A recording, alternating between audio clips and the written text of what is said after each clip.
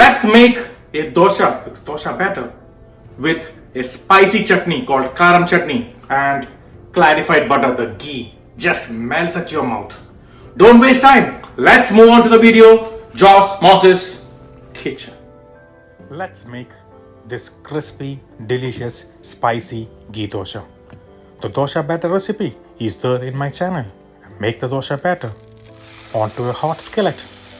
Pour a ladle full of batter and spread it to a thin dosa like this.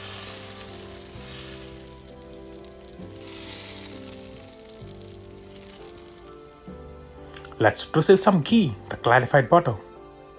For the Karam chutney, visit my channel for the recipe. Make the Karam chutney. Add the Karam chutney on top of the dosa and spread it all over.